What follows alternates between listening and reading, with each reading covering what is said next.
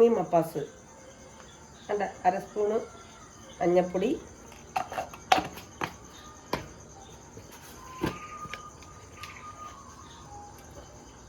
1/4 spoon കുരുമുളക് പൊടി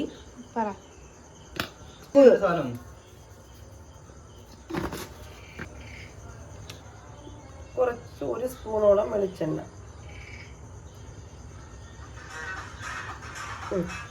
കുഴയ്ക്കുക. ഇച്ചിരി വെള്ളം കൂടെ ഒഴിക്കാം.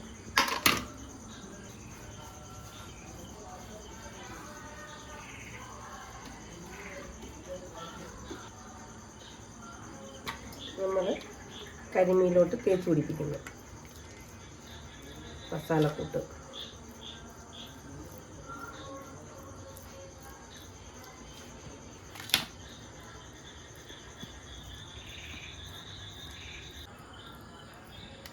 ഒരു 10 മിനിറ്റ് കൂടി ഇരിക്കട്ടെ.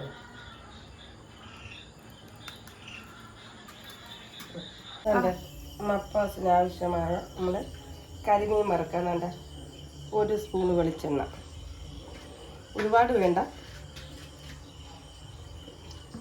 മപ്പാസ് ഇട്ടൊന്ന് അങ്ങോട്ടും ഇങ്ങോട്ടും ഇളക്കി വെക്കാൻ മാത്രം.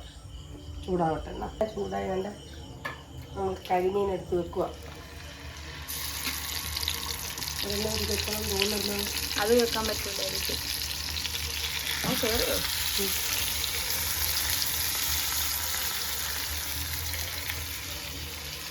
മുരിയണ്ട, ഇപ്പം തിരിച്ച് മറച്ചു വിടുന്നില്ല.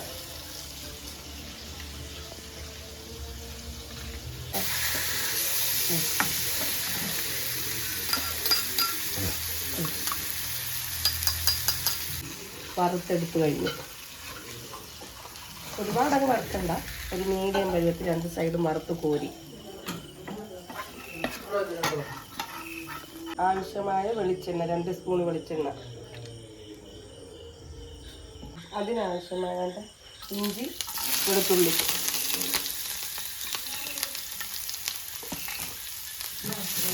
മുരിഞ്ഞ് കിടക്കാം ചെറുതായിട്ട്.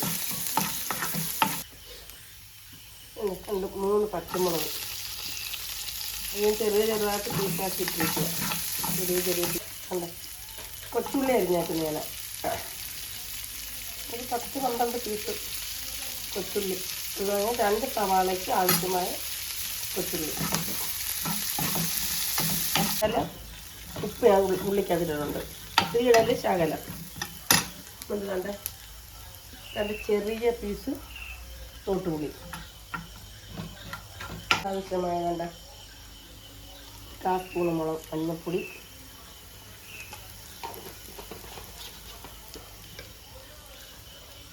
1 സ്പൂൺ കുരുമുളക് പൊടി, 1 സ്പൂണ് മല്ലിപ്പൊടി.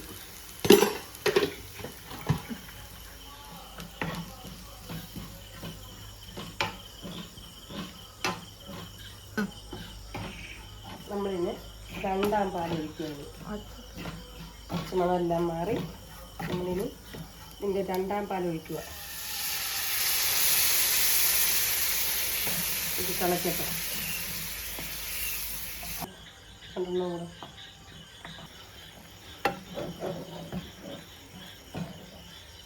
ഉണ്ട്. അത് തിളയ്ക്കാൻ തുടങ്ങി. അപ്പോൾ നമ്മൾ എന്ത് ചെയ്യണ്ട, കരിമീൻ എടുത്ത് അതിനകത്തോട്ട് വെച്ച് കൊടുക്കട്ടെ.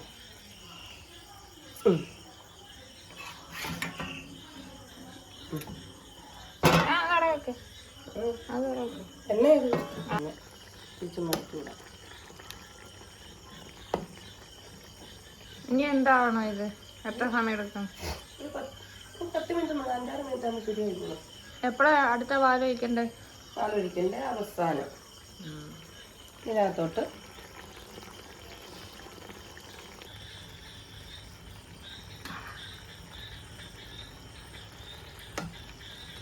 തിരിച്ച് ഇട്ട് കൊടുക്കണ്ട, സൈഡുകളൊന്നും വേകണ്ട.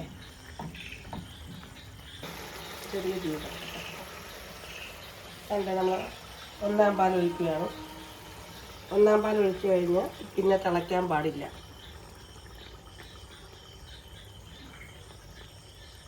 അതിനാവശ്യമായ തക്കാളി,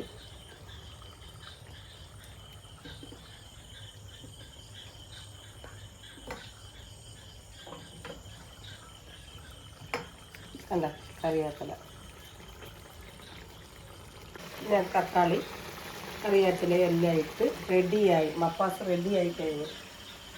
ഇത് എല്ലാവരും ട്രൈ ചെയ്ത് നോക്കണം. എല്ലാവരും സപ്പോർട്ട് ചെയ്യണം.